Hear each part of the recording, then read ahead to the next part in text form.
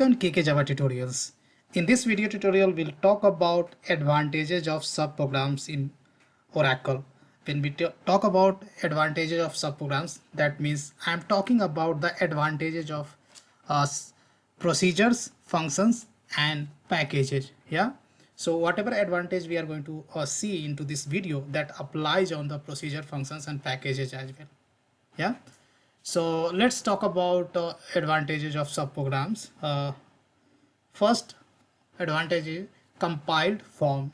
Subprograms are stored in the database in compiled form. This avoids reparsing when multiple users invoke the same programs. So like if you create stored procedure, functions, or packages, then while creating itself, and first time when you create this kind of subprograms, then this gets compiled and that stores into the database, and next time onwards when user calls, then compilation will be avoid, compilation and parsing will be avoided, right? So that basically improves performance of our application. Yeah. Now next advantage, security and integration. A subprogram provides security and integrity control by allowing access on the subprogram, not on the database objects. So here basically you can maintain some security or integrity to allow the user to access the subprograms, but underlying objects you can restrict to access, right? That's the next advantage, security and integrity. Now next, extensible. So this provides extensibility by writing subprograms tailored to suit the needs of application, right? So if you have existing subprograms of stored procedure, functions, package, then you can do little modification, and so that can be also extensible for existing application, right? Some other existing application. Now modular. So subprograms provide modularity by dividing a big program into smaller, manageable, well-defined modules, right? So that also modular is the one of the good advantage of subprograms, right?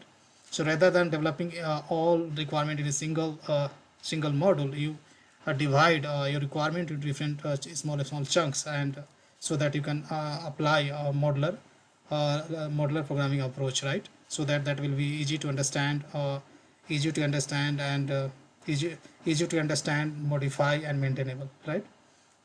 Now next, reusability and maintainability, right? So validated or tested subprograms can be used in any number of applications. Modifications are easy to make and are made at one place. This is the next advantages of basically subprograms, right? Reusability, you can reuse it, right? One subprogram, one storage procedure or functions can be used by multiple application, and as this is a this so as one subprogram can be used by the multiple applications. So if tomorrow some maintenance comes, then you have to make change at one place, right? And that also basically reducing the maintainability. Now abstraction, right?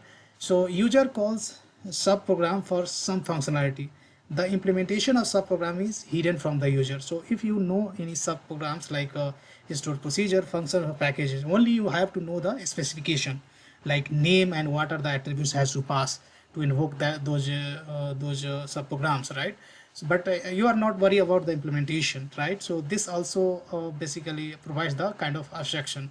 Implementation is completely hidden from the user or caller, right? So that's all I wanted to discuss in this video tutorial, guys. This was very quick video on what are the advantage of subprograms in PL SQL, like what are the advantage of procedure, function, and packages, right? So guys, big thank you for watching this video, and see you there in the next video.